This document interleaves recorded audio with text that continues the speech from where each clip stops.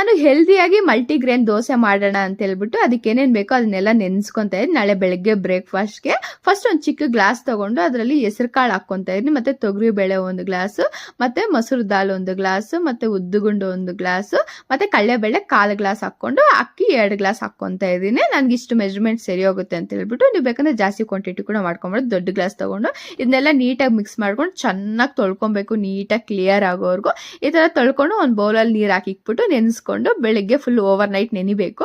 ಬೆಳಿಗ್ಗೆ ಒಂದು ಜಾರಲ್ಲಿ ತಗೊಂಡು ಹಾಕ್ಕೊತಾ ಇದ್ದೀನಿ, ಎಷ್ಟು ಬೇಕೋ ಅಷ್ಟು. 1-2 ಜಾರಿಗೆ ಸರಿ ಹೋಯ್ತು, 1.5 ಜಾರಷ್ಟು ಹಿಟ್ಟಾಯ್ತು ನನಗೆ. ಇದಕ್ಕೆ ಹಸಿಮೆಣಸಿನ್ಕಾಯಿ ಶುಂಠಿ ಆ್ಯಡ್ ಮಾಡ್ಕೊತಾ ಇದ್ದೀನಿ, ಫ್ಲೇವರ್ ಚೆನ್ನಾಗಿರುತ್ತೆ ಅಂತ ಹೇಳ್ಬಿಟ್ಟು. ನಾನು ಬೇರೆ ಥರ ದೋಸೆಗಳೆಲ್ಲ ಮಾಡಿದ್ದೀನಿ, ವೆರೈಟಿ ದೋಸೆ. ಈ ಥರದ್ದು ಮಾಡ್ತಾರೆ ಫಸ್ಟ್ ಟೈಮೇ. ಮತ್ತು ಸಾಲ್ಟ್ ಎಲ್ಲ ಹಾಕ್ಕೊಂಡು ಹಿಟ್ಟು ಬ್ಯಾಟರು ದೋಸೆಗೆ ಯಾವ ಥರ ಬೇಕೋ ಕನ್ಸಿಸ್ಟೆನ್ಸಿ ನೋಡ್ಕೊಂಡು ಆ ಥರ ರೆಡಿ ಮಾಡಿ ಮಿಕ್ಸ್ ಮಾಡಿ ಇಟ್ಕೊಂಡು ಹೆಂಚಿಟ್ಕೊಂಡು ದೋಸೆ ಮಾಡ್ಕೊಂಡ್ರೆ ಸೇಮ್ ಮಸಾಲೆ ದೋಸೆ ಥರನೇ ಬರುತ್ತೆ. ಕ್ರಿಸ್ಪಿ ಆಗಬೇಕಂದ್ರೆ ಕ್ರಿಸ್ಪಿಯಾಗಿ ಮಾಡ್ಕೊಬೋದು, ಸಾಫ್ಟ್ ಆಗಬೇಕಂದ್ರೆ ಸಾಫ್ಟಾಗಿ ಮಾಡ್ಕೊಬೋದು. ಮೀಡಿಯಂ ಫ್ಲೇಮಲ್ಲಿ ನೀಟಾಗಿ ಸುಡ್ಕೊತಾ ಇದ್ದೀನಿ.